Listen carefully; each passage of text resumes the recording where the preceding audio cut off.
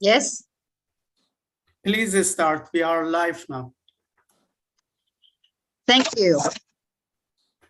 Welcome to our international webinar, and welcome to over 1,000 people who are joining us from all other platforms, including Facebook, YouTube, Instagram, and direct on our website. This webinar is being recorded and will be available shortly at the conclusion of our discussions. I will introduce our distinguished panel, but I also invite you to read the more detailed and impressive biography of each speaker. This can be accessed from the Tourism webinar website. First, may I introduce Mariana Olescu, President of State Agency for Tourism Development of the Ukraine. Mariana was formerly the Director of Tourism Development Center, Lviv City Council, and former Head of Tourism Department, Administration of Culture and Tourism. Thank you, Mariana, for joining us at a very difficult time. Thank you. A lot of the other speakers, a lot of you may well know, but let me reintroduce. Dr. Talib Rifat, a Jordanian economist who is the immediate past Secretary General of the United Nations World Tourism Organization. Talib has extensive background in international and national public service, along with many important international positions. He has also served in several ministerial portfolios for the government of Jordan. Professor Mark Golpin, Director of the Center for World Religious Diplomacy and Conflict Resolution. Mark has written a number of books on global conflict resolution and trained thousands of people worldwide in peace-building strategies. Professor Jeffrey Lipman. Is Jeffrey? Yes, Jeffrey's not here yet. Yes. I will still give you his. Thank you, Jeffrey. Thank you. Professor Jeffrey Lipman served on international boards worldwide. Jeffrey was formerly the Executive Director of IATA, first President of the World Travel and Tourism Council, and co-founder of SunX Malta, a global initiative to support climate resilience and emergency response through climate-friendly travel. He has also written and lectured on tourism strategy, sustainability, and liberalization. Professor Johan Popescu, President for the Center of Responsible and Sustainable Tourism Development in Belgrade. Previously, Johan was professor at Belgrade University, heading up the Department for Tourism and Hospitality Management. Johan was the first Director General of National Tourism Organizations, Serbia. Philippe Francois, President of AMFORT, the Global Network of Hospitality and Tourism Training and Education Organizations. Philippe is a recognized expert in sustainable development and human resources in the tourism industry. For several years, he was an assigned expert for Tourism Ukraine, and this was done by the European Commission. Alushi Ritchie, President of the World Federation of Tourism Guide Association. Alusha is also member of the Board of Directors for Cape Town Tourism and International Culture and Creative Industries Regulatory Authority. And last but not least, John McAuliffe, Executive Director and founder of Fund for Reconciliation and Development. John has worked at building human connections between the people of the US and those of former adversaries. Today, we bring this wealth of knowledge, wisdom, and experience to tackle and discuss the most important issues of our time. The war in Ukraine, climate change, and countries which deliberately direct violence and civil unrest towards their own citizens. Before we begin and hand it over to our speakers, I would like us to pay our respect and acknowledge the terrible tragedy and unacceptable loss of life and destruction which the people of Ukraine have suffered. The suffering of all Ukrainian people, especially innocent women and children, is not and can never be acceptable. So the question is, what can the tourism industry do to help the people of Ukraine? Should the tourism industry hold a position on any conflict of war? There are other areas of the world that are in conflict. For example, the military coup in Myanmar and the military running the tourism industry in that country. Did we learn anything from the US tourism embargo on Cuba? Climate change is also affecting the life and existence of people in many areas of the world. Does the tourism industry have a role to play in addressing climate change? Can the tourism industry help in any tangible way to address and bring peace and resolution to these most dramatic questions?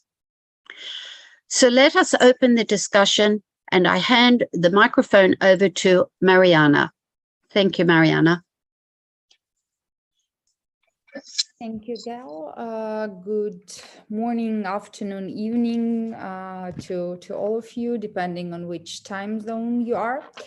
It's afternoon here in Kyiv, and Ukraine is fighting for the whole democratic world here. And yes, the war is still going on. And I think that that kind of scale of war, our continent didn't face since World War II. Today is actually the day when it's already more than 50,000 of Russian soldiers killed in this war. So that's a losses of their army they didn't face since World War II again, and it's much more than in any other wars they participated in. So actually, we still can't understand what is the reason why Russia started this horrible war. And their people die. They kill a lot of Ukrainians. With more than 400 children were killed in Ukraine, and more than 5,000 civilians died. And of course, a lot of soldiers, which, it's not their profession. Those are people. Couple of my friends unfortunately also died in this war, and they were not soldiers. They never wanted to be in the army, but they had to go and defend our land, our freedom. And we have we'll have a tourism day, World Tourism Day, and we will also give some kind of appreciations for those people from tourism industry, those tour guides that now need to change their profession and fight the enemy. So it's really horrible reality we are living in now, but as human beings, it's a part of our life now and part of our fight. At the moment, is more than 4,000 missiles that were fired in the Ukrainian cities, destroying civilian infrastructure, schools, universities, hotels, national parks, and many other objects. And unfortunately, the nature is suffering very much because in a lot of national parks in the south of Ukraine, Russia is basing their troops and destroy these unique flora and fauna of those places. And Crimean Peninsula was occupied in 2014 and actually is turned to the military base for now. So, but we Ukrainians who decided to stay in the country, and there are a lot of people, and a lot of people are coming back here recently. The schools started, so children go to schools. Just they have the evacuation plans in the case of air raid sirens, where they need to go to shelter. And we even trying to rebuild a little bit domestic tourism, and it's starting to recover slowly. Still, we have as a result of first half a year a decrease 26% of the taxes paid by tourism industry.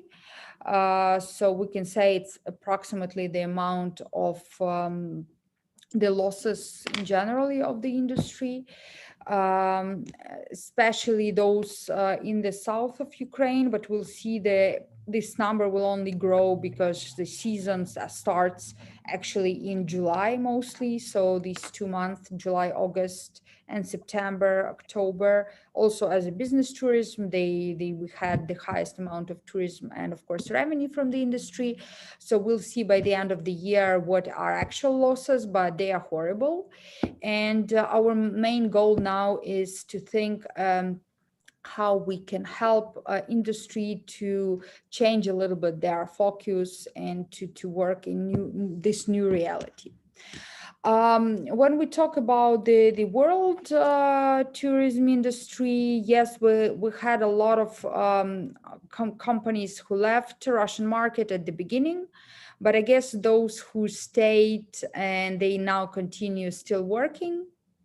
And we see the support of Russian citizens of actually the tourism, not the tourism, but their government. We think that these sanctions that can be provided by tourism industry to all Russian citizens are very important, because people there, they need to feel that their country is doing very wrong steps starting this war, and they should concentrate on taking some actions to make their government stop this war. So we do support this limiting of issuing visas to touristic visas to Russian citizens to EU. Because it's not something like an obligatory right, but it's a privilege to have a possibility to visit free world, which you are trying to ruin at the same time when you shot, and like send all these missiles to destroy a country that chosen its democratic way. So again, having this opportunity, I want to appeal to the global travel industry to stop all travels to Russia, cut off any cooperation with the aggressor country. And we're grateful to those who already did it. And those dollars you help Russia to gain, you help them to feel nothing changed in their life. That helps supporting Putin's aggression, and it's a terrible crime against humanity. And now Russia is threatening the world with a nuclear war in some kind, because they occupied the nuclear plant station, and there are videos proven that they shot with the artillery from the territory of the nuclear plant. And if this, it's 8 times bigger than Chernobyl plant. So if we have some kind of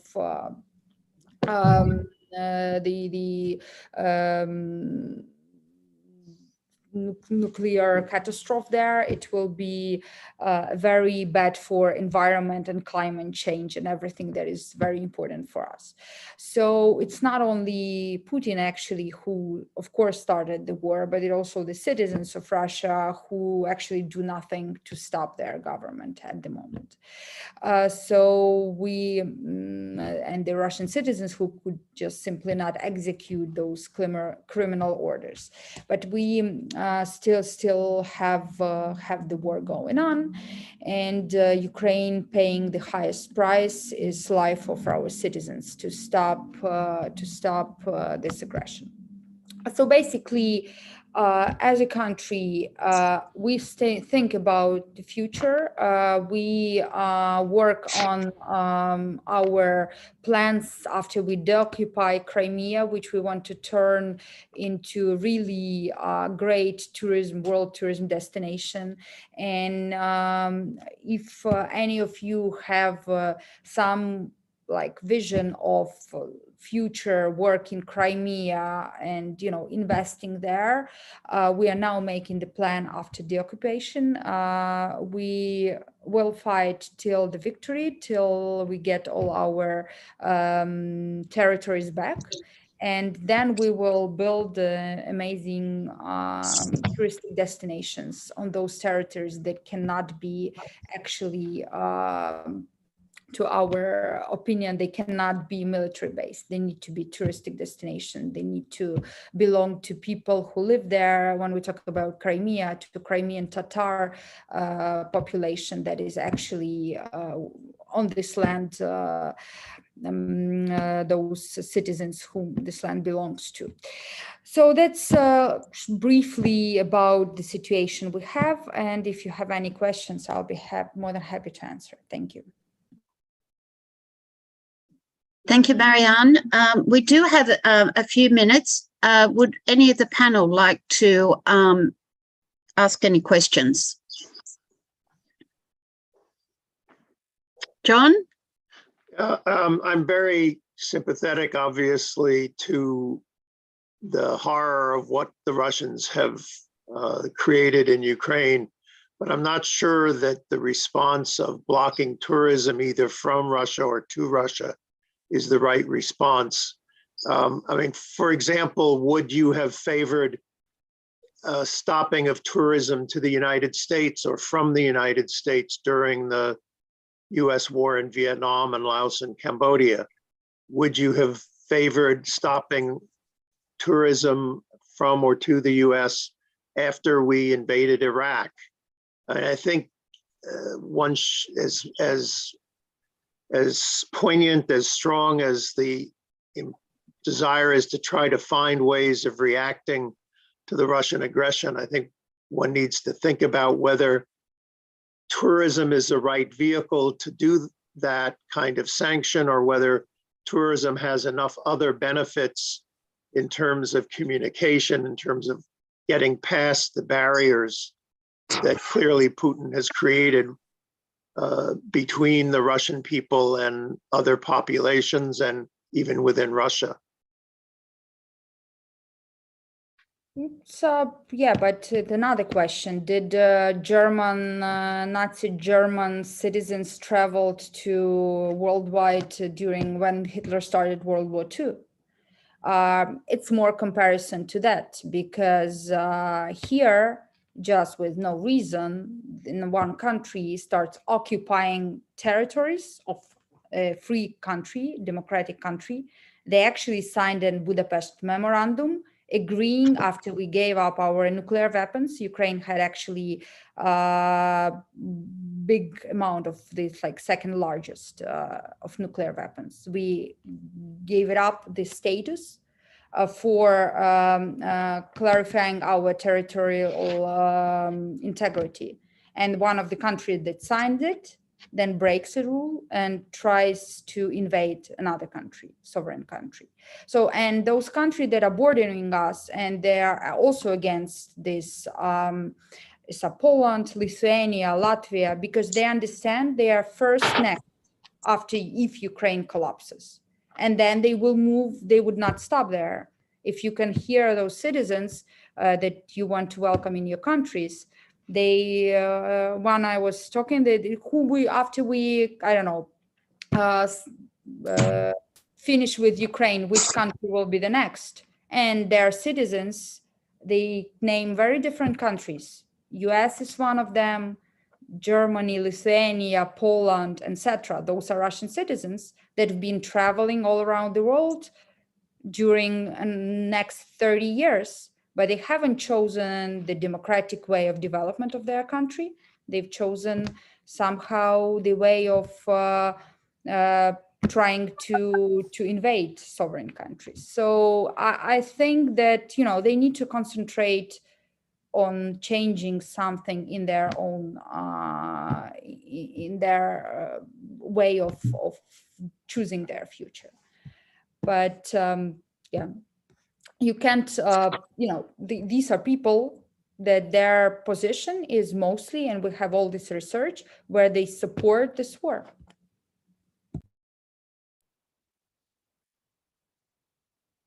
We have a couple of more minutes on your segment. Does anybody else have a question or a comment to Marianne?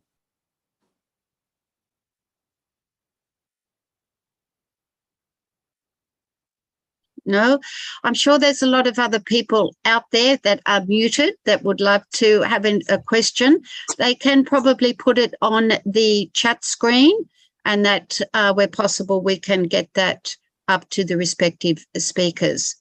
So, Marianne, just you actually have another minute or two if there's anything else that you would like to I don't know, maybe say. somebody will take more of their time. Basically, yes, we do work, we do fight, and we're sure we'll stop this evil altogether. And we're really grateful for the support we get from all around the world. We couldn't make it probably ourselves, but we are the front line, so we are the ones Yes. who pay with the lives and yeah, and our, I don't know. I have a question, if I may. Access for non-Europeans going into Ukraine at the moment, is it easy, hard, transportation, or is it best that people not congest the country at the moment? Actually, we do not recommend to visit Ukraine with touristic reasons because, I mean, it's not, how to say, it's like, you know, you can always evaluate the risks. So some parts of Ukraine, it's on the risk of these missiles, but we see that Russian missiles are not very exact, and they shoot them to different places like, you know, like city center of Vinnytsia, which we had died so many people just because they shoot one missile just right in the hospital where were children, and they all died. So unfortunately, we still have that risk. And of course, you need to go when there is air raid threat to the shelter, you know, and things like that. So with humanitarian reasons, with you know, so some of the, you can travel to Ukraine, just you need to follow the rules. Basically, we don't have air connection. It's only you can travel by car or by train through the territory of bordering countries. Mostly people travel via Poland by train, and that's how we have all the official delegations visiting Ukraine. Right. So it's possible, but we still think that if you don't have any urgent reason to visit Ukraine, it's better to wait till the moment when we can, you know, be 100% safe, 100% sure that you are safe, and then we can invite you as a country to visit us again. Sure. Okay, well, thank you, Marianne. It's really addressing some very, very, very serious issues, and thank you for giving us the overview. I will just answer. I see the question in the chat very briefly about domestic tourism. So people do travel to Carpathian, to some nature sites, which we have, they are, you know, there is like less risk or very, very low risk that some missile would, go to the mountains somewhere. So people do travel there for mostly a couple of days, no long-term planning with the family. That's what type of domestic travel is now popular. And yes, about the tours to Ukraine, I think, yes, it's not proper, and we made our official statement that we do not recommend to organize tours to Ukraine now, because we don't want to become a dark tourism destination, because we have beautiful destination, and we don't want to people have even vision that we are some kind of a war destination. So we will do the campaigns, official campaigns, only after the war is over, we'll win, and then we will invite all of you, and then we will look for the help to promote Ukraine worldwide as a tourism destination. Thank you. Thank you. Thank you very much. Now, Talib Rifar, who is well known to all of us around the world. Talib, you are the next speaker, please. Thank you. Thank you so much, Gail. I want to start by thanking Marianne for the wonderful presentation. My heart goes to the 400, 500 children that died there. But I want to just refer to what John said about sanctions. I don't believe that tourism sanctions altogether can work in stopping any war. Really. Look at the situation in Cuba. Look at the situation in Venezuela. Look at the situation in North and South Korea. I visited all these countries. I visited them all. As Secretary General, I went to North Korea with the blessings of the South Koreans, because what tourism must do is bring people together and have them talk to each other. That's the only way that can work. Now, sanctions against Iran has not worked also. So I'm not so sure about that, Marianne. I think that you are very optimistic about winning this war. The Russians are not. The Russians are still fighting. They will continue to fight until you sit down and talk to them. You need to talk to each other. Like North and South Korea is talking to each other. Like people are talking now between the United States and Iran. Now, I just wanted to say this without having any prejudice. I just have to say that my heart goes to the people of Ukraine. You have suffered a lot, but you're not the only people that suffered. The Russians have lost, as you said, 5,000 people. These are sons and daughters of many Russians as well. And many, many people around the world have lost their lives as well. So while I can understand what you're saying, Marianne, my heart goes to you, sympathize with you very much. I still don't think that the war is going the right direction. This war is going to continue for a while. It has continued now for 6 months. So the only way to do is to negotiate with the Russians, sit down and talk to them. I'm sure that that will bring better results. But to have sanctions imposed on Russia and to have people not visiting Russia or Russians not visiting any country around the world, it's not going to solve the problem. It did not solve it in North Korea, for example. North Korea has the nuclear weapons as well. And there are zones in between North and South Korea that are done for South Koreans to go there and spend some time, talk to the North Korean people. They need somebody to talk to them. They need the world to talk to them. This is what tourism must do. Engage and encourage the dialogue between nations and people. That's the thing to, I just wanted to say this and comment on what John said first. Thank you so much. Thank you, Gail. Thank you, Talib. Again, open the floor to any comments or questions. I'm more than ready to listen. There is a question that's come through on the chat. It says, I have one question for this conference participants of peace and tourism. Which comes first, tourism for peace or peace for tourism? That's probably a question that we should open up or keep a thought after the conclusion of the other speakers. But Talib, do you have a comment on that? Yes, I do. I think it's tourism for peace. Tourism for peace, sorry. Mm-hmm. That's what I believe. I think that tourism can play a good role in addressing all of these people. I have been to North Korea, I've been to Cuba, I've been to Venezuela, I've been to Iran several times. And all of these countries are yearning to have people talk to. You can't just leave these people to their own government. Now, what's happening in Russia, Ariane, is that people are left alone with their government. And that's not going to work well. Trust me on this one. I know what I'm talking about. Because when I went to North Korea, I went to the blessing of South Korea. I carried some messages with me to the North. And the North people were ready to receive. Thank you so much. Thank you, Talib. Thank you for again, this, Marianne, yes. Just briefly about negotiations.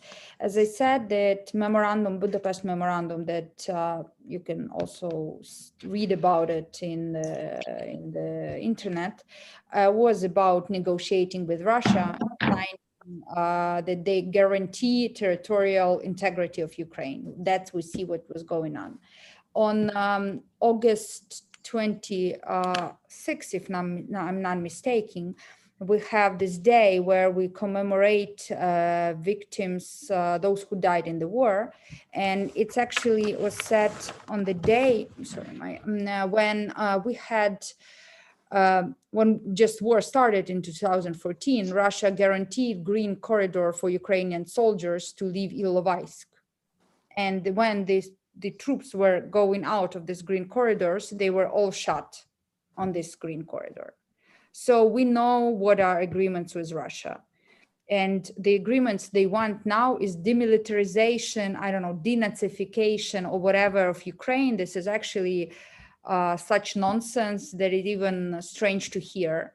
Because, I mean, probably a lot of you were in Ukraine. We are not Nazis here. We are multicultural and multinational country. We have Jewish people, we have people from all around the world living here, and no one, really cares about nationality or something like that.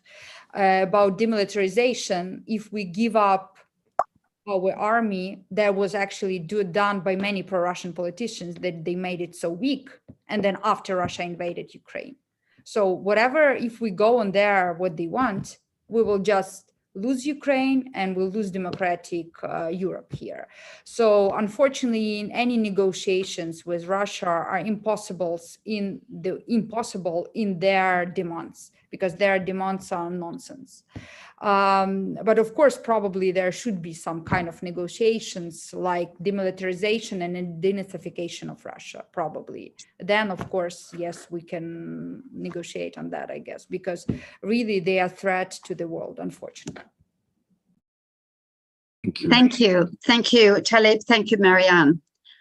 Okay, we're going to move on to our third speaker now, and that is Alicia. Alicia, where are you up on the screen? Alicia, thank you, Alicia Ritchie. Alicia is normally in South Africa, but I believe she's coming in from Spain. So you have the floor. I will give you a sign of 2 minutes before to wind up, but you have the floor for the next 10 minutes. Thank you, Gail. And I will actually be a lot briefer than that. I'm at a conference actually in Portugal at the moment. So excuse the background noise, which is why I'll keep it brief. It's not the easiest of places right now. But what I've realized here in Portugal and with many, many other colleagues is that tourism is such an important way of life for many. And with our colleagues in Ukraine, we really are confronted with a new reality that we're having to live with. And I think using tourism as this platform is something we really need to be mindful of. We are in an industry for people and by people, and how we work with this in an apolitical situation for us as an organization is really crucial, because we are there to support the people.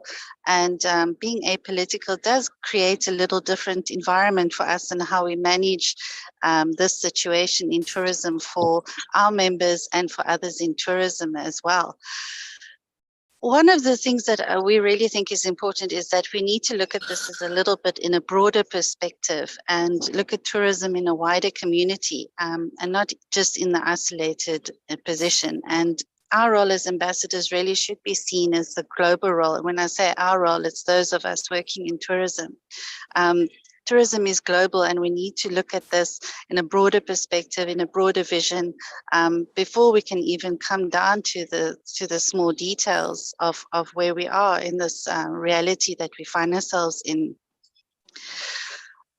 I must say that tourism is a driver in communication, and what we also have to be mindful of is how we communicate messages. What we share, what audience we share to is so important. Using credible information, not feeding frenzies that we've seen when it comes to communication is also absolutely crucial. So information we receive and how we broadcast this, how we manage this, is also how we manage the expectations in the tourism sector of where we find our various countries and cities and the positions they are in. And this is something we really need to manage in a slightly better manner. And this will also speak to where we find ourselves with, does peace drive tourism or does tourism drive peace? And this is the messages we are receiving and what we need to use as information.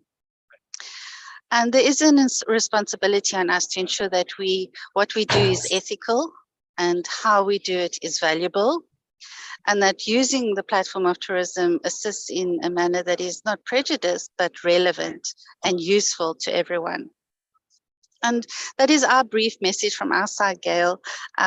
Brief, as I said, and I think some crucial points there, and I was hoping to hear some more of the speakers, but it really is something that we need to be mindful of, as we are people for people in a apolitical situation as an organization. So we really are trying our best, and communication is of key right now for us.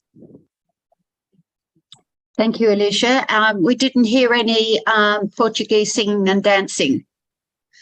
No, it's not such a festive conference. It's a very much an information sharing conference. Very good, as is this forum as well. So again, we have a few minutes before we move on to the next speaker. Is there any comments, again, any observations that anybody would like to make? I have, looking at the chat line, and it is difficult for people because there is a controlled muting that must take place, because there's over nearly 100 people just online as we speak. But I can see Jeffrey. You have a comment, Jeff. Well, I do. I wasn't going to say anything, but you've both Alicia and the previous question raised the question of, does peace drive tourism or does tourism drive peace? And I think there's an answer to this question. If you don't have peace, truly, you can't have tourism. To the point that Mariana made before, she's not advising tourists to come to Ukraine at this moment because there's a war going on. So however nice it may sound to say, yes, tourism is always there to help drive peace, it can't help drive peace in the middle of a war zone. Practical reality, and you need to have peace in order to have tourism. From any responsible viewpoint of our sector, can we recommend sending tourists into a war zone? I think not. And there are many subsidiary questions. I have a speaking slot here, so I'm not going to go into them now. But I think on that fundamental question, peace is necessary for tourism, and tourism is not going to, it doesn't have a seat at the political tables. I think we have to be realistic about this. on which the decisions on war and peace are made, and they're not made by tourism people. And tourism is a very small element when people are deciding whether to go to war with each other, which is the ultimate, the last straw that you expect to have in a civilized society. Thank you, Jeffrey. I've got 2 or 3 minutes more if anybody else would like to make an observation. Yeah, hello, if you allow me. I think, Gail, you don't see when there is this digital hand here. Oh, I can see it now, yes. I do not have a question, but I want to give a comment, and please allow my non-perfect English. I agree with both. We have 2 minutes. We have 2 minutes. I agree with both. Let's go ahead. With Talib and with Joffrey. Of course, the people in the Kremlin, they are not interested in tourism. If they would follow our conference, they would start laughing. So what we need, of course, tourism needs peace and peace needs tourism. So I say both are right. And it is like the symbol of yin and yang. And both needs each other. And when there is no peace, we need tourism and so on. But of course, there are borders. Of course, there are borders. And this depends on when there are weapons or whatever. But we do not have just a war of weapons here. We do not have just a war of international law and territory and et cetera, We have also a conflict of, or a war of information. So they are bombing each other with fake news, and the world does not know what's going on there. And the people here on the street, and I have here in my town, we have here a lot of refugees from Ukraine. We have also a lot of Russians helping the people from Ukraine with translations, with going to the doctors, with the children going to the kindergarten or whatever. So these are Russians and Ukraine people abroad working together. Okay. Thank you, Burkhard. I'll just, if I may stop you there, we're just running on a very tight timetable, but I thank you for those comments. Shall we move on now to John, please? John McAuliffe is our next speaker. Thank you. Thank you very much. I'm going to watch my own timer too, but please stop me. It's a great pleasure. Nobody has moved up. No one has used up all their allotted time. So please feel free. I hope I am as disciplined. Thank you very much for including me in this discussion.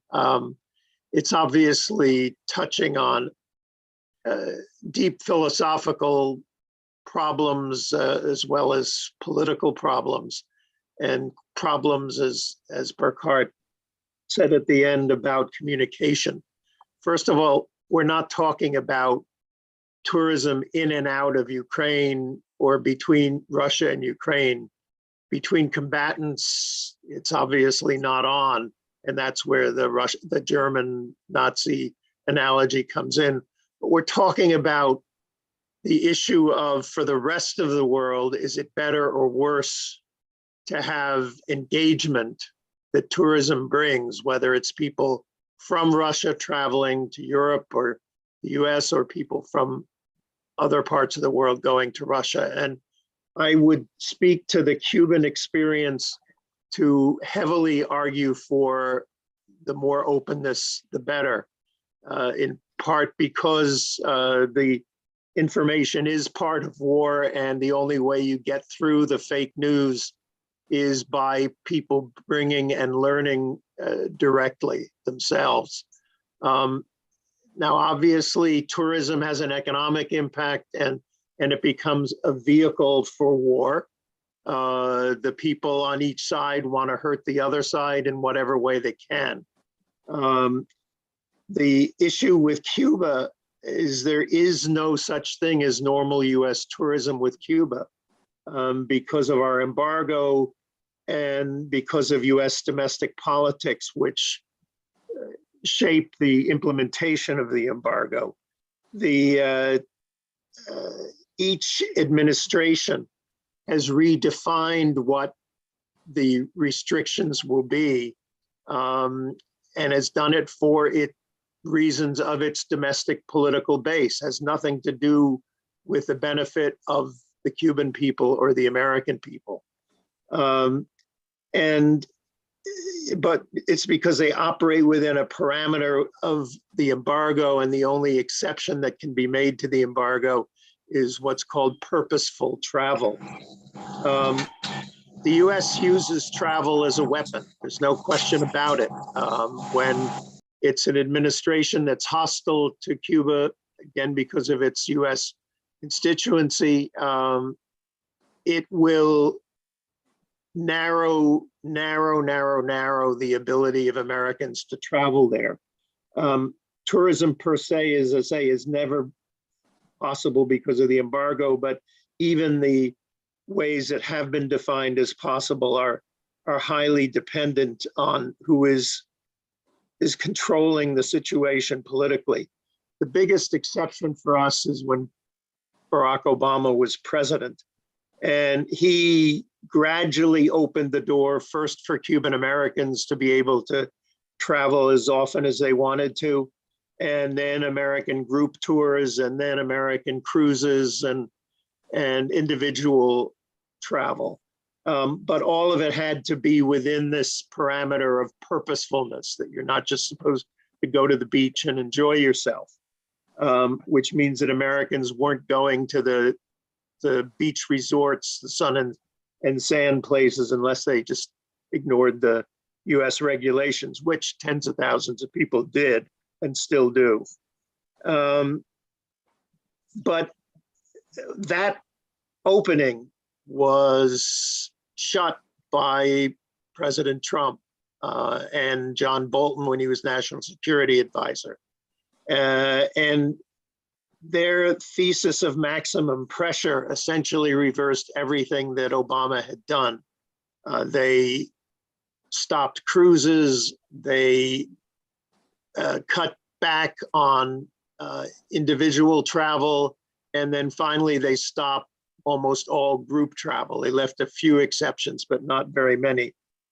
They also stopped flights to regional cities and only allowed flights to Havana. So that was what Trump did. And it's interesting, he didn't do it in the first year or so.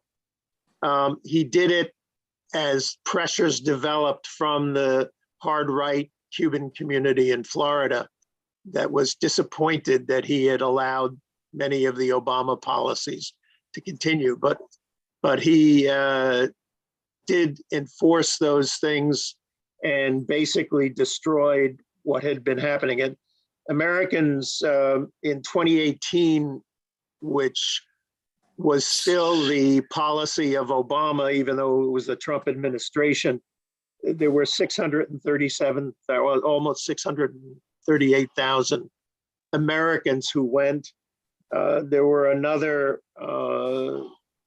624,000 Cuban Americans who went, which is not tourism, it's really family reunion. And that, interestingly, Trump did not touch. He did not stop Cuban Americans from going back because it's a contradiction within his voting base in Florida. So what happened then is we had all hoped that when Biden became president, because of things he said during the campaign, that he'd go back to the Obama policies, but he did not. For more than a year, he did nothing. And when he finally did something, it was minimal. And it was suspicious because it was announced when they were trying to get out of the mess they'd made of the Summit of the Americas by excluding Cuban participation for the first time in 3 summits. And what they did was they allowed group travel and they allowed conference travel, but they did not undo one of the real damages of Trump, which was Trump blocked use of any Cuban hotels. All Cuban hotels are state-owned, and Trump said essentially any state-owned hotel Americans could not stay in. And Biden has not reversed that. Obviously, you can't do normal people-to-people travel if you can't use hotels. You can't take 30 or 40 university alumni or any other group unless you're able to use hotels. Most conferences are based in hotels. So the Biden change was more cosmetic than real. The one change that was real was that they did restore the possibility of regional travel, and that will start happening again in November. It's already happening with charter flights, but American will start travel to Santiago and Holguín and Camagüey and other places, and Santa Clara in November. Again, the primary beneficiaries of that are Cuban Americans. It's not been big on the American tourism cycle. So we're hoping that process and open. I want to say a little bit about the Cuban side of it, because the Cubans don't restrict people coming. It's actually very easy to go to Cuba. You just get a tourist card at the airport. But they do try to funnel all of the American group tours through 3 state companies. They don't even allow all of the state companies to work with Americans.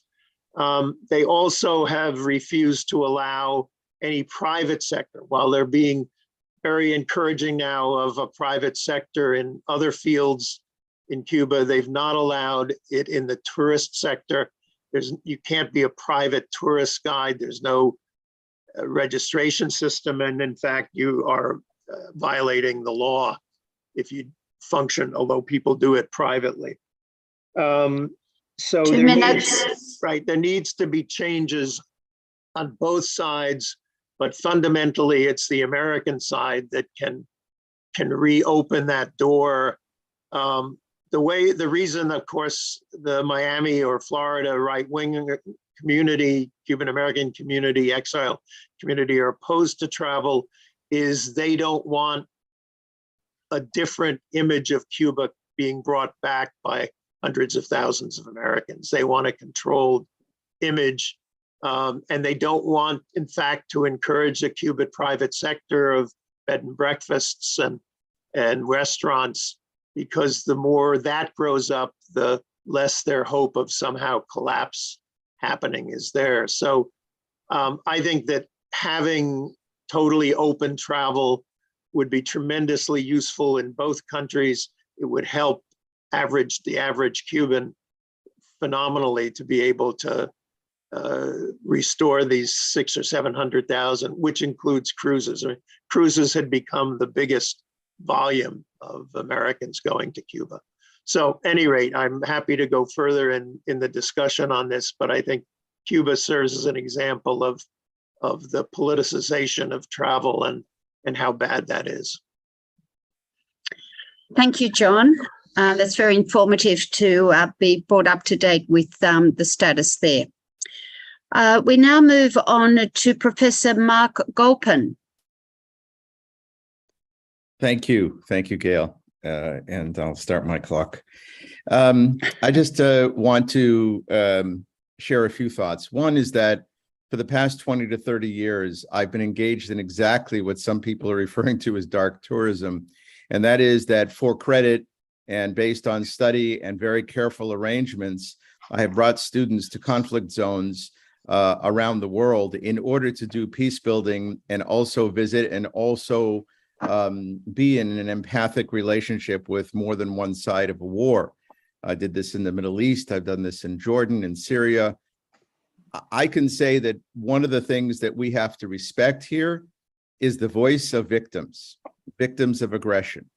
And there are very, very different, I'm professor of conflict analysis and resolution. I've written a lot of books on it. There are very, very different situations around the world. North Korea, South Korea is a standoff. There's nobody dying. There's not one side massively trying to kill the other. This is a very different situation. This is very similar to what Mr. Putin did in Syria. Very cynical approach to diplomacy. even as he was targeting thousands of doctors and nurses and killing them outright with bombs and targeting.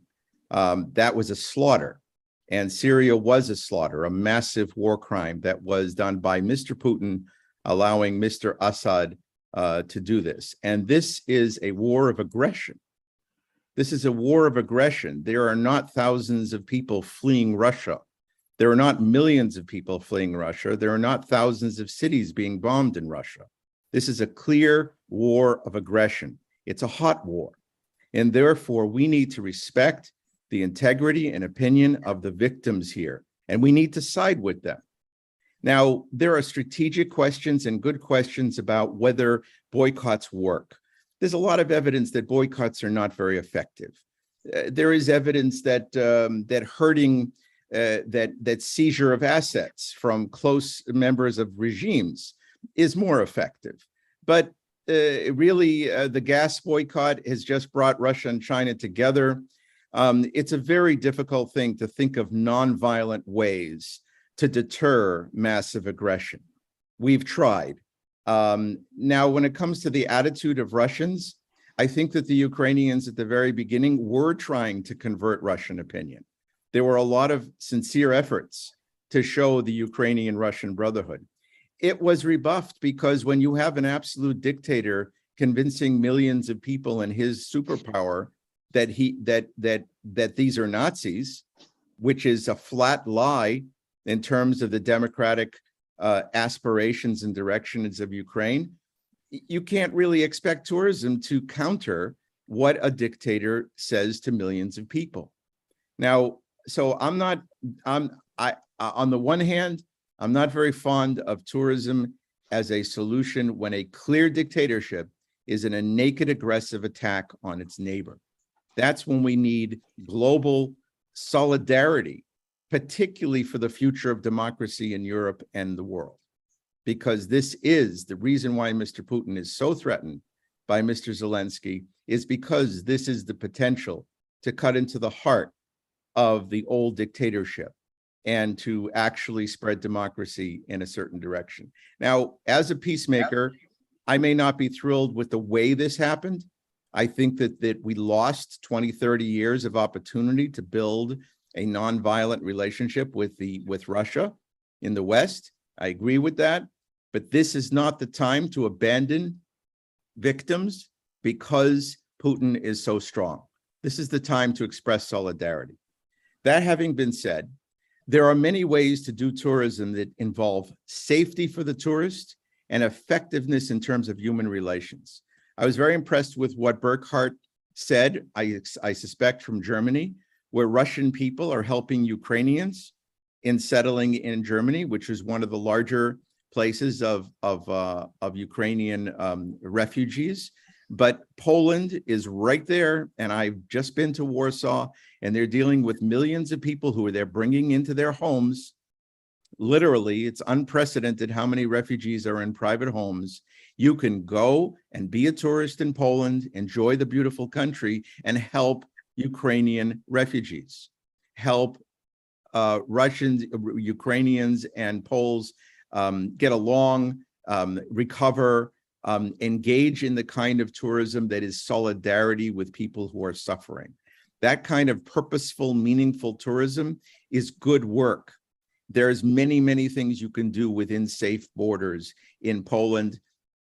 Hungary is more complicated because Mr. Orban is much more pro-Putin, and it makes it a little bit complicated, but I know the Jewish community is on both sides, but in Hungary, the idea that we can still listen to Mr. Putin's falsehoods after he has all but destroyed consensus in many countries with very, very good disinformation campaigns, and still they have to say we're not Nazis, that an official has to say we're not Nazis here, is astonishing in terms of how much a global dictator can warp our minds. So tourism can be effective, and it should be in this situation, but not inside Ukraine, because the people of Ukraine, the government of Ukraine is saying, don't come, it's not safe, we're in all-out war. And then they're also saying, please don't invite Russians either. And we have to respect that voice. What people decide on that is something else. But I think it's a respectable moral position. It's very rare that once a dictator has got hold of a country, that the tourism of a few privileged people changes the minds of those in leadership positions. If there is a standoff, such as no war, no peace between Iran and its neighbors, and you can go to Iran and not get abducted by the leadership, then by all means, it's good to do people-to-people citizen diplomacy. But these places are also highly controlled in terms of who they allow in and who they will abduct. And the commentators have mentioned some very dubious invitations from Russia at this point that one has to think twice about in terms of the danger. I have seen Mr. Putin's work firsthand in Syria for years when I worked with Syrian people for 20 years. It's a catastrophe what he is capable of doing when he gets hold of a country. And that's why Ukrainians are fighting for all Russian soldiers to leave all Ukrainian territory and then have negotiations. I'm not agreeing one way or another. That's up to the Ukrainian government and the Ukrainian people.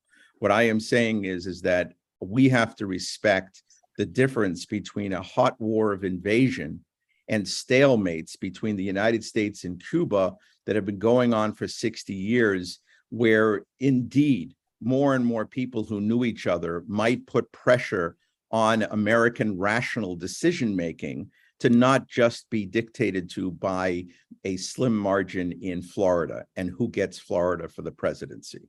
So that's a very cynical situation where the Florida vote makes it impossible for us to normalize relations with Cuba, if that's the will of the American people. But Cuba is not bombing the entire country, and America is not bombing the entire island of Cuba. We have no moral right to second guess what the people of Ukraine are going through.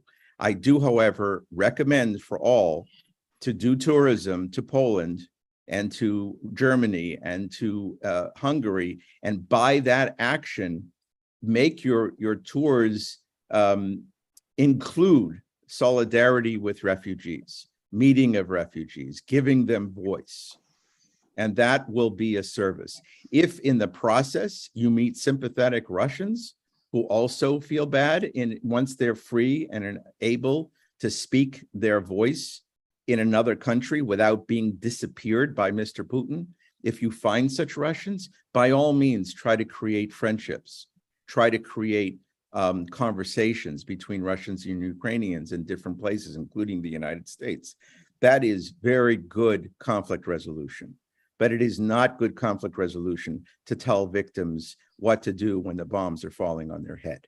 That is their moral right and responsibility to defend themselves. So that's about 10 minutes, and I'll give it up for conversation. Thank you, Mark. And yes, you're absolutely good timing on your 10 minutes. Thank you very much. So our next speaker is Professor Jeffrey Lipman. The floor is yours, Jeffrey. Thank you, Gail. I want to start off by expressing solidarity with Mariana. I think every right-thinking, reasonable person stands with Ukraine at this moment, with its very courageous people and its inspirational president. What you're going through, we can only imagine. Now, as to the philosophical question of this seminar, of course, yes, tourism must be against war, as must all parts of civilized society. And yes, wars are always bad for tourism. Now, having said that, to a seminar of 100 people who will leave the room after this and forget about it, the question is, what does the effect of that view have? What impact does it have on the ground? I think there's a need sometimes when we sit in seminars and preach to each other that we should be realistic. You yourself, Gail, said there are many wars. I checked on Google how many wars there are before speaking here. There are 27 wars and conflicts at the present around the world. And we could well ask the question, where does tourism stand on each and every one? And I repeat something that I said when I intervened earlier. Tourism has no seat at the political table. It has never had one since the tourism started 50 years ago. And I can't see there ever being one, at least in my lifetime. Wars are about politics. They're about power. They're about, in this case, despotism. And they're about perceived national interest. And I have to say, all of that stuff is beyond my pay grade. What I can share in the context of Ukraine is hope. Hope that when this war ends, as it will, because every war in history has ended one way or another, that you will have a well-prepared tourism sector and one that is ready to capitalize on the new realities. And my main message today is that there is a dimension to those new realities that is relatively uncoupled from conflict. And you need to put it at the very top of your agenda. And that is the unrelenting march of climate change. It has not gone away or changed one iota because of this war. It is still the code red emergency for humanity, for everybody, whether it's Ukraine and Russia, Cuba, anywhere else, North or South Korea. There is one common challenge for all of us, and that is a code red reality of climate change. And in this context, for tourism, the past is prologue.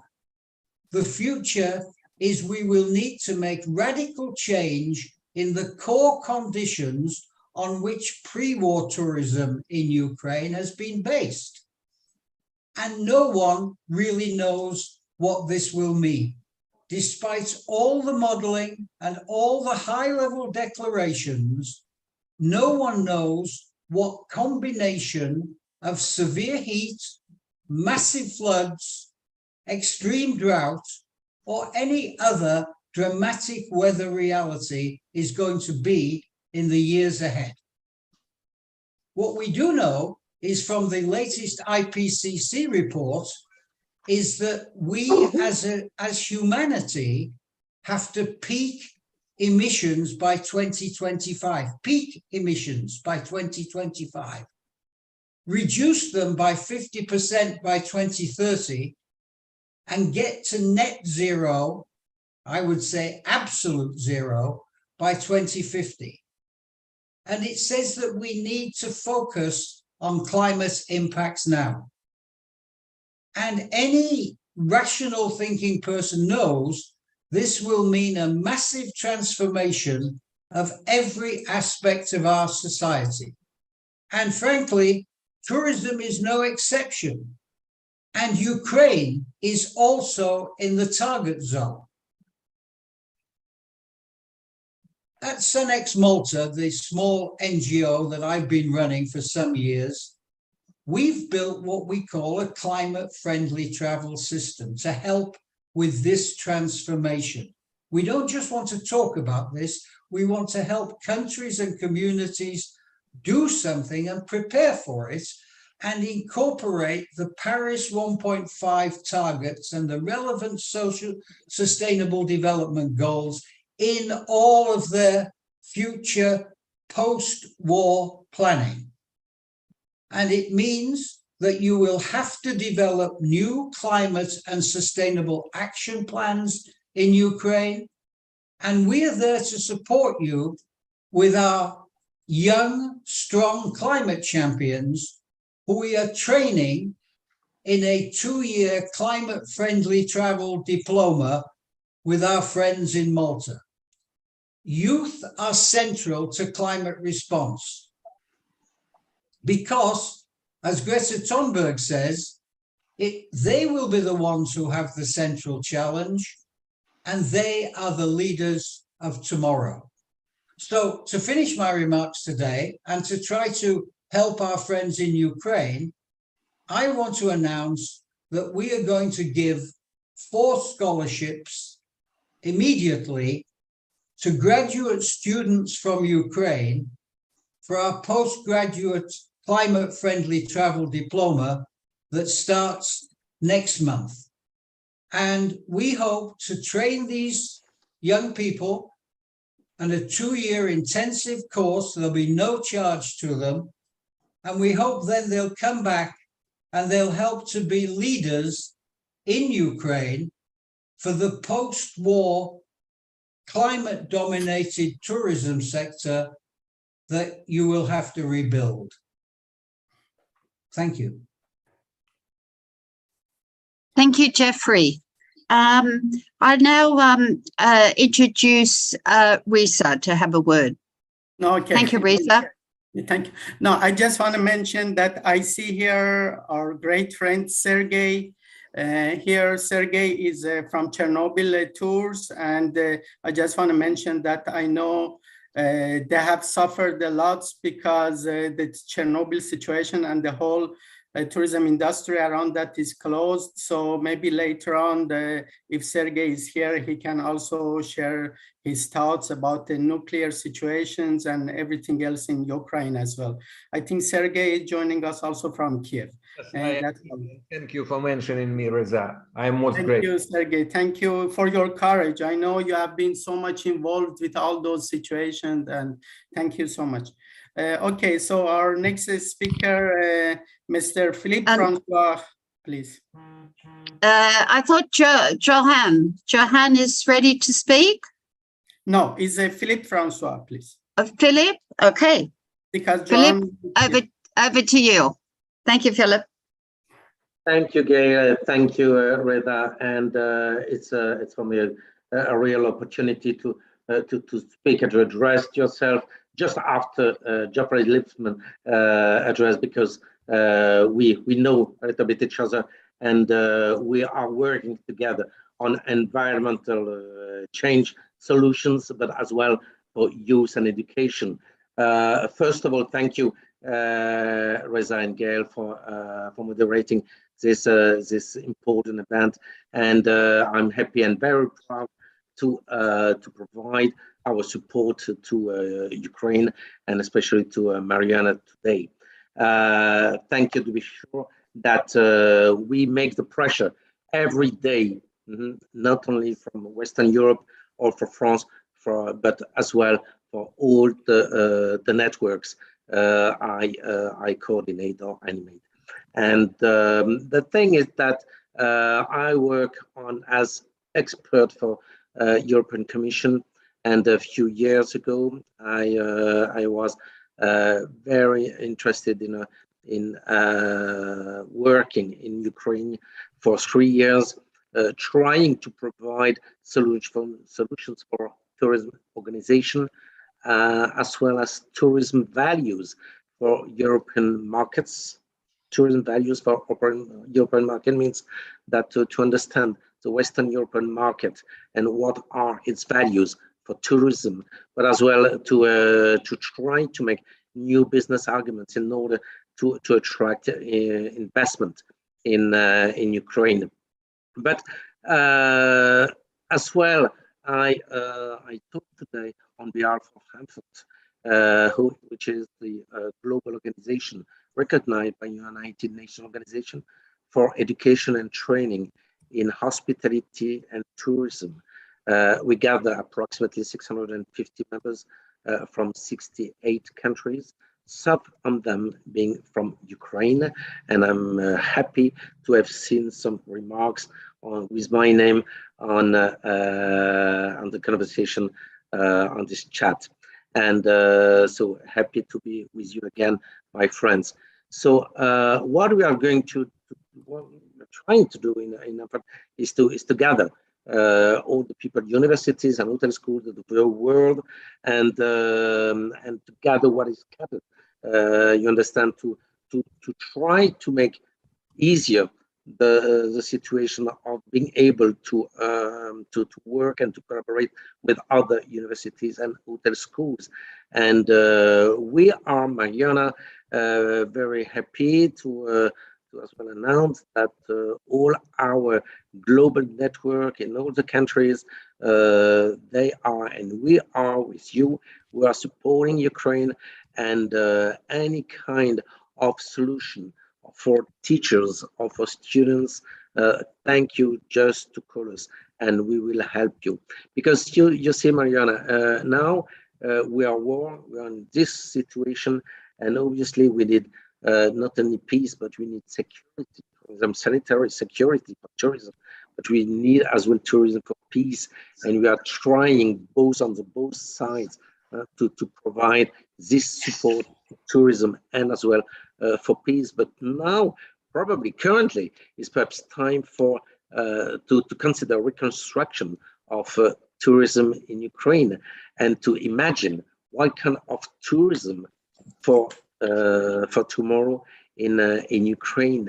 And this is especially the consideration that we could work on together with all our friends today, and to say that to perhaps to focus on some priorities.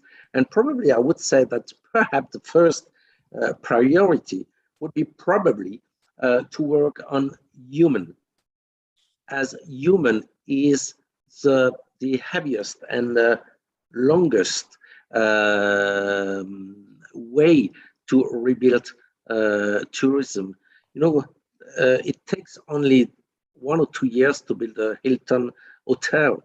It takes 1 year to train people how to manage a restaurant or a website, marketing website.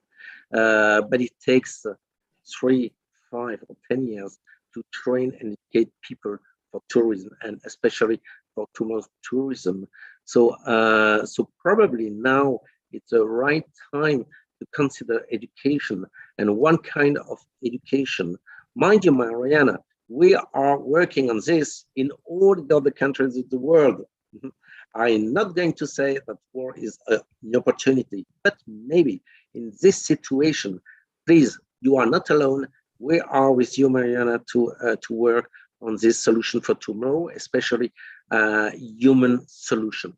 The second thing, because I know Ukraine, and I've been in different parts, Crimea, Kiev, Carpathian, and so on. And what I would suggest is to consider as well the choice of the future tourist sites of Ukraine. Even in my country, France, you cannot do tourism everywhere. You need to identify the real spots where you are going to develop first tourism. I'm not only talking about leisure tourism, but I'm talking always with business tourism. I know that Kiev or Lviv are great cities for business tourism. And as well, I know that, for example, you see, I've got the Yuzhgorod city flag behind me. That was offered by the Lord Mayor of Yuzhgorod, which is a lovely small city by the border, western border, and we can probably, develop adventure tourism or rural tourism in that place, and cultural tourism in Lviv, or business tourism in Kiev and those parts, obviously business tourism in Crimea. So please, probably the focus point today would be probably to choose the site where tourism can be built, and to supply with the modern and current demand, and even the future demand, that typically of the site, you are unique in the world, and that's a great asset for your tourism tomorrow. Singularity of your tourism spot. And the third thing is probably to be confident on the long term, and all our countries, you are absolutely ready to help you on investment, because you will need investment in the next a very short future with the peace. As soon as the peace will be signed, you will need investment, and we are always you, Mariana, in order to help you to find investors, in order to attract new investment, and in order to attract and build new resorts and the tourist site in your country. So we are all with you, and we are several of us. We are just levers. So just use us as levers, and we will help you for the future. Thank you. Thank you, Philippe. And last but not least, and thank you for waiting, is Professor Johan Popescu. So over to you. Thank you. I'm very glad that I have opportunity to join today's webinar. Really, the topic of the webinar, Ukraine war and the tourism industry, is very important. This disastrous war and all the consequences for Ukraine and all other involved countries are really the example what the crises are meaning, this crisis in general for contemporary living and especially for tourism. I think the period from the beginning of 21st century, and we can say from the 1980s and 1990s especially, is characterized by constant crises, which are essentially only changing a type and structure. If you follow the United Nations World Tourism Organization methodology about the causes of the crisis, economic, political, social, cultural, environmental, technical, and commercial, it is obvious that the crises related to tourism are caused by all above factors that I previously mentioned. And in addition, we can state that crises in tourism occur at all levels, starting from local through national and regional to global.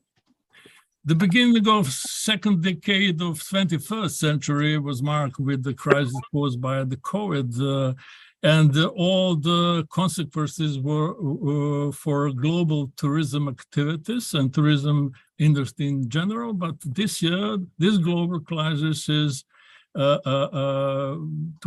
also give special strength by crisis caused by the war in Ukraine. Having in mind the size of both countries and the number of their population, this crisis is regional with a tendency to grow into global.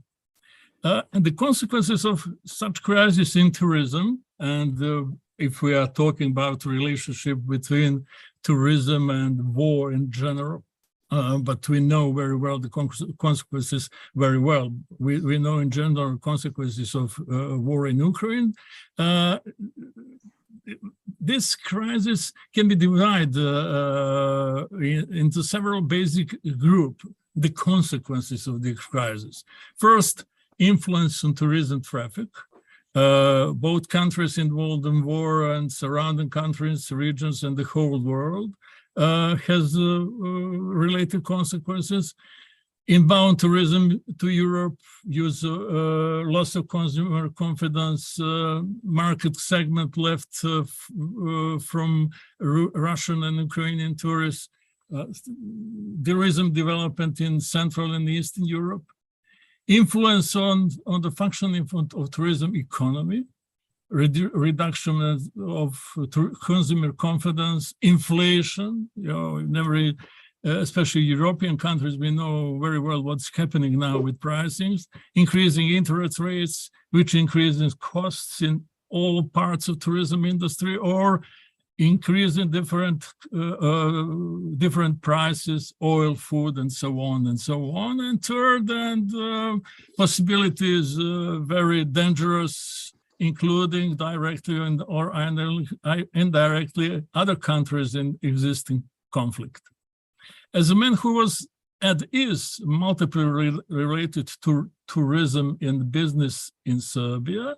I have been able to experience different forms of crisis in former Yugoslavia, just to mention sanctions, a large number of refugees from the countries of the former Yugoslavia, NATO bombing of Serbia for 78 days, and all this is really a very terrible experience for all the people in ex-Yugoslavia.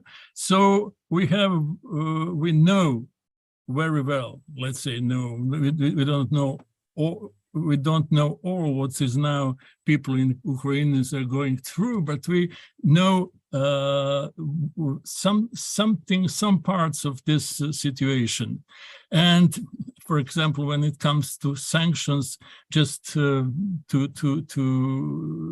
tell you very briefly that my friendship with Luda Mora, president of IIPT, International Institute for Peace through Tourism, started in 1994 on the occasion of IIPT's second global conference in Montreal. My paper was accepted for this conference and was related to the consequences of the armed conflicts in the former ex-Yugoslavia.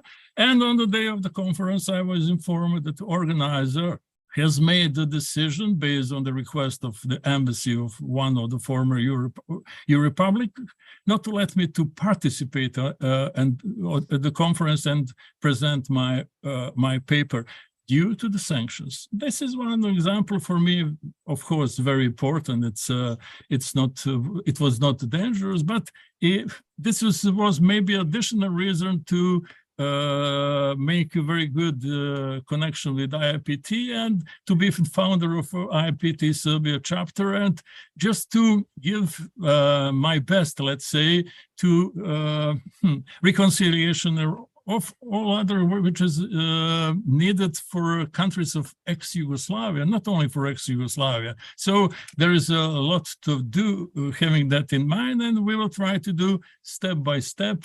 We know really strictly that it can be done only step by step. This is the right approach. And I'm to also in relation with the questions for this conference, for example, should the tourism industry hold a position in any conflict at war or be involved in human rights issues? Then I think that's only suitable position for tourism industry or any conflict is to be against the violation of international law, to support innocent people suffering in the war, and to be against any measure that will make additional damages to tourism industry. And about ban of traveling, I'm accepting all the reasons which are behind different requests for banning of traveling of tourists. I think that it's maybe better there is a system of visas and so on. Maybe it's better to regulate the traveling of in these occasions by the visas and not by complete ban. But I don't know, am I completely right? But because I think that if it's complete ban, maybe on the end it will make more damages than ban through visa system. So I hope that tourism will give some results trying to solve, not to solve this situation in Ukraine, but for me, it's also very important what I have read from Mr. Sergei Mirny about the global issues, global eco issues, and then when social disaster strikes, the environmental issues lose their importance. And I think, as mentioned earlier, we are now really in the period when this environmental issues should be in first place. Thank you very much. Thank you, Thank you, so Johan. much. Thank you so much, Johan. I can say, Concede the microphone to Reza. He has a few things to say. No, I just want to say, so Sergey is here. Sergey was the founder and the president, I think, of the Chernobyl tours. And so Sergey, if you're here, please give us some update about the situation of the Chernobyl and the other places in, well, the nuclear places in Ukraine. Yeah, thank you very much. Thank you very much, Reza, for this opportunity. I will try to be as brief as possible. And so I would like to briefly cover a couple of most important topics. First of all, speaking of the global issues, yes, indeed, in Ukraine, a new global issue has raised recently, and the humankind has proved to be totally defenseless. It is the use, or rather the abuse of civil nuclear facilities for military purposes. As I am sure all of you know, at the moment, for half a year, I would like to emphasize it, the aggressor Russian troops keep 6 huge nuclear reactors strong, the biggest nuclear power plant in Europe, the Zaporizhzhia nuclear power plant, in their hands. And well, you know, there is no force which can prevent this Fukushima scale nuclear disaster in making from happening. You know, there is no mechanism, there is no forces, and I don't see much will. And this is really, you know, burning global environmental issue. You know, okay. And speaking of the tourism in times of war, I would like to refer to the experience of Chernobyl tour, which I, a former officer of Chernobyl radiation surveillance, during the first months of the Chernobyl accident, and professional environmentalist, I founded it, I don't remember, 15 years ago or so, you know, and so our workplace was occupied during the very first hours of the Russian invasion. And paradoxically, this made us to fight in most direct terms against Russian aggression. It just happened so that we have a couple of tourist centers, small kiosks with tourist information and souvenirs, and at the entrance to the Chernobyl zone. And it was only the video cameras that worked for several days. And we were able to watch it by internet from Kiev, you know, and so we supply for several days, we monitored all incoming Russian troops. And we naturally submitted all this information to the Ukrainian armed forces, which helped to organize the proper resistance. And after the internet connection stopped to work, it was our local workers, it was our local acquaintances who started to call me and my colleagues in Kiev and supply most important intelligence about Russian troops, and also there were requests from Ukrainian army about this or that clarifications, and so we worked this. And so I am proud to say that in keeping Ukrainian capital Kiev free from any occupation was our modest input. After the zone and the Chernobyl zone and neighboring areas were liberated, we immediately came there with humanitarian missions, and now we work on restoration of and revival of those areas just as volunteers. And at the moment, Chernobyl zone is closed because it is the front line, actually area of the Ukrainian defense lines. A line against possible aggression from Belarusian side. But anyway, we are working, we are restoring our information kiosks, and we hope that next season we will restore our tours to the Chernobyl zone. But now we have one more, what I would call a historical and cultural layer, the layer of this war for Ukraine's sovereignty, because occupation of this radioactive contaminated zone and of Chernobyl nuclear power plants and combats which were there is an important element of the history of struggle for Ukrainian sovereignty. So I hope that next year we will be able to invite all of you for our tours in free, liberated Ukraine. Thank you for your attention, and thank you for opportunity to deliver my modest information. Thank you. Thank you so much, Sergey. Thank you so much. So I don't know if there are no questions. I don't know if Mariana want to add something to what have been said till now. Mariana, if you want to say something before we move on to the questions. I see. Mariana, are you here?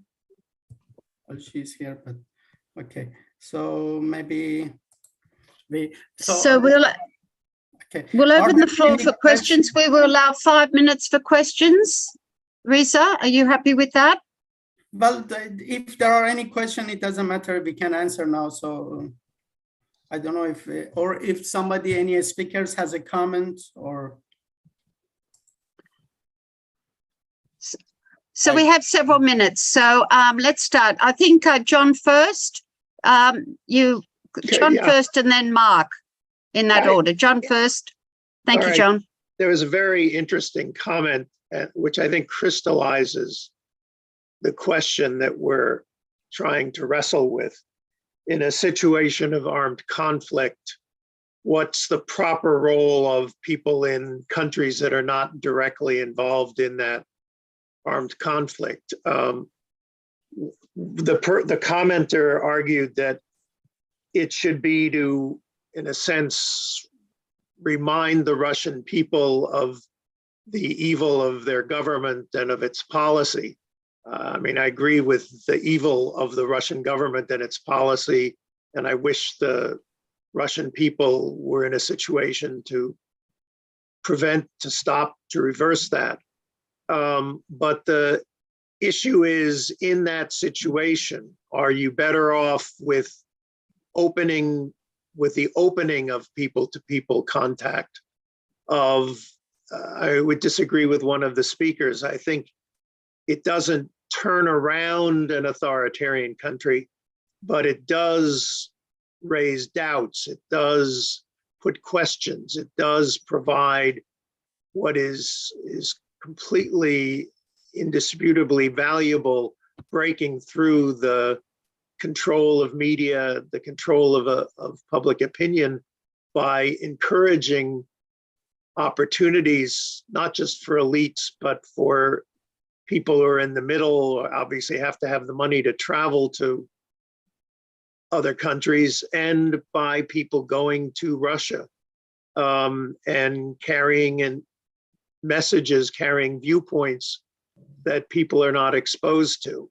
I mean, I would, both in principle, because I think that blockages of tourism are a bad idea, but also in practice, because I think you're far more likely to lead to change and negotiation by having a maximum level of interchange and contact than you are by freezing the situation. Thank you. All right, I think our next one was Mark. Thank you, Mark. Okay, sorry. Yes, I just want to comment that, in the aggregate, the Sergey's really good point, Burkhart's point. I mean, there's a lot of research on the importance of a future orientation, and then the environmentalism is part of that, is the care for the future. And I think that the first obligation of people underneath bombs is to survive, is to save their children. But the second one is to think about the future. And that unites people on all sides of conflicts.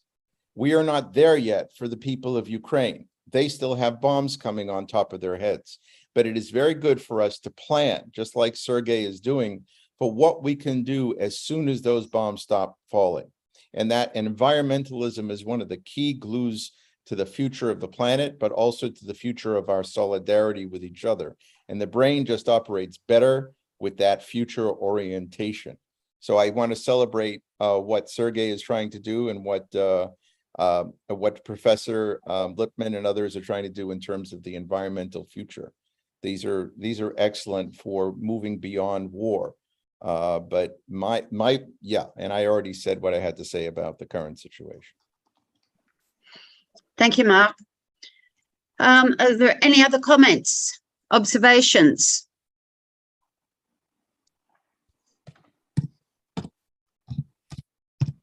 Wow. An opportunity to speak. No?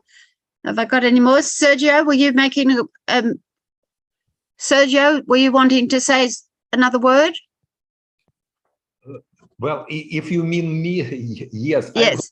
Basically, I have expressed what I said, and of course, I would like to add my gratitude once more. But what I would like to mention, it is the notion of dark tourism, which was raised several times in the discussion, at least in our chat. Frankly, as a one who is a practitioner of Chernobyl tourism, I think that the notion of dark tourism is largely misleading, because it puts in one pile, everything from military tourism, the historical tourism, whatever, and and hence, it loses sense in a way. First, and second, it stigmatizes all kinds of those absolutely healthy, cognitive tourism. Like, Chernobyl tourism is labeled black tourism, and it means something bad in reception of the general public, of the decision makers.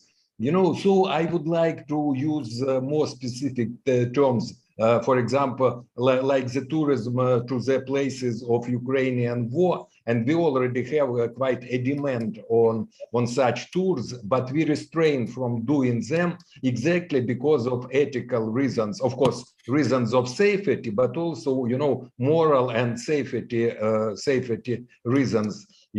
But again, what kind of dark tourism? It will be a story, as I know from my Chernobyl experience. It will be a story of overcoming, of victory, of over the forces of ignorance and aggression.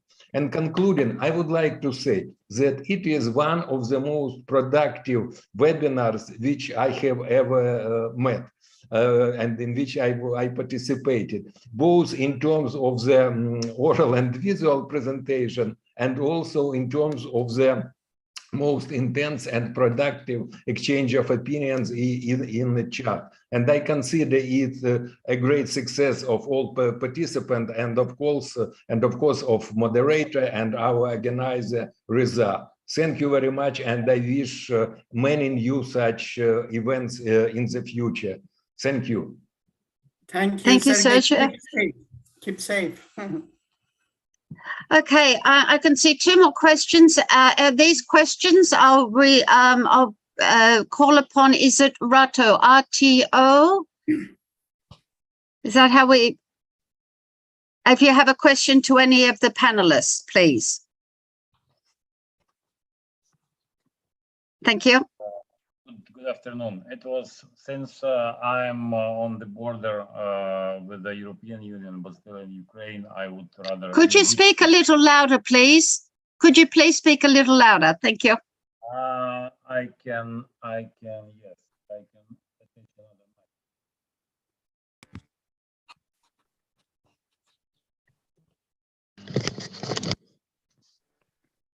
Is the sound better now? That's better. Thank you. Thank you. Good. Thank you, Philip, for the logo of my Uzhhorod city, which is on your background.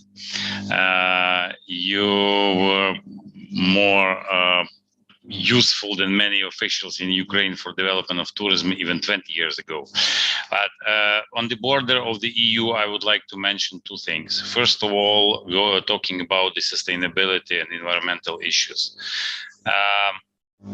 It is true what the previous speakers were saying, but what we must, as an industry, what we all must be aware of is the economic motives which will outline the environmental motives after the war is over.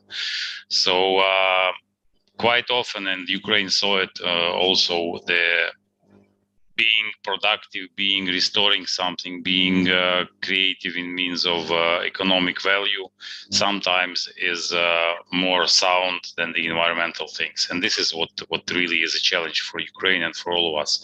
Because, for example, we are in Ukrainians and in Carpathians, and the Ukrainian part of Carpathians is connecting the Romanian and Serbian part with the Polish, Slovak, and Czech part. And that's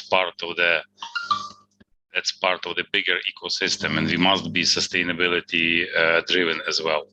And one more thing which is more urgent is the tourism industry is always more ready by its nature to react to unexpected waves, including the waves of refugees, and we saw it already in the spring.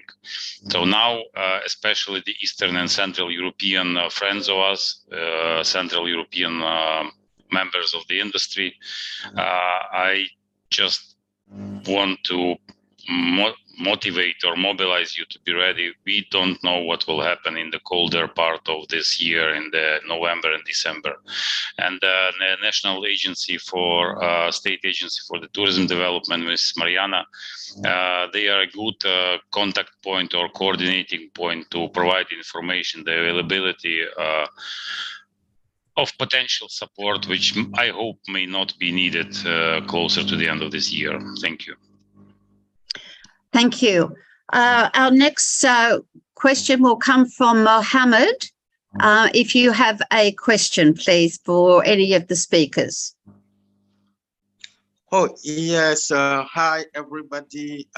Would you please forgive me expressing myself in French? Is it possible? Because I better express in French than in English. So,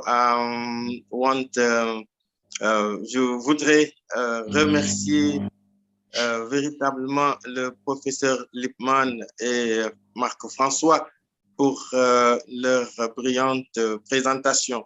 Mais je voudrais également dire que I'm sorry, I had to mute you because we don't have a translator. Je suis vraiment désolé. Okay, let me try. So, just want to say that training and peace are fundamental in the tourism activities. And when there is a war in any corner in the world, the first people to suffer is not only where the war is happening, but towards where the outgoing tourist is, existing. So Africa now, when we say, I can speak about Senegal, I can speak about Morocco, Gambia, all those countries are suffering of the war in Ukraine because they don't receive any more tourists, and even after the tourists, there is something which we call the chain value, and the chain value is all these activities and food and etc. Coming from the European countries. So all the government, all the associations and the stakeholders have to work hand to hand to promote more love and more peace and stability as they promote their own promotional product to show how tourism can be grow and etc. etc. But this is something very important. I want to highlight the point and give the standing ovation to the Professor Lipman, who is working very hard for scholarship to teach and train people for the climate change. This is also a very, very important point, the same level as the world. If we can fight and be beside all people that love peace and fighting for the world, we have to have the same standing. We have to have the same power to fight, because environment and climate change is something very important. We cannot also succeed on climate change and environment if we don't include Africa, because Africa in the world is not separate. Anything happen in Europe, in any corner in the world, will have effect in Africa. So we are and we have to stand as one nation, one word, and work to help those who have no power, no possibility, no mindset to be at the same level, so that we all work hand to hand together to achieve, the global view. So, that's one I wanted to say thank you, each of you, and I'm ready also to be one of those going to Ukraine. I've been there so many times in St. Petersburg also, and we African can bring our support to those people, as said the Minister Walter. Thank you very much. Thank you, Mohammed. Thank you. I believe we have come to the end of this broadcast. And as we started, we did say that we were bringing a wealth of knowledge, wisdom, and lived experience to discuss and tackle the very most important issues of our time. So to conclude this webinar, may I first acknowledge and thank Reza Sultani, who is the producer and the organizer for this outstanding broadcast. And may I sincerely thank all of our speakers for this very informed discussion. And I believe it has given many citizens of the world some very important facts to reflect on. We all have a role to play to help all people live in a safe world and to protect our planet for the future. Let us all continue to travel the world and to travel and promote peace. Thank you, everybody. Thank you to our panelists, our speakers. Thank you to all the people that have tuned in through all the social platforms. And this copy will be available as soon as Reza presses all the buttons and pulls the levers. And we thank you for your time. And it's truly been a very, very worthwhile experience. I thank you all very, very much for your time. Thank you. And thank you so much, Gail, for being with us so late in Sydney.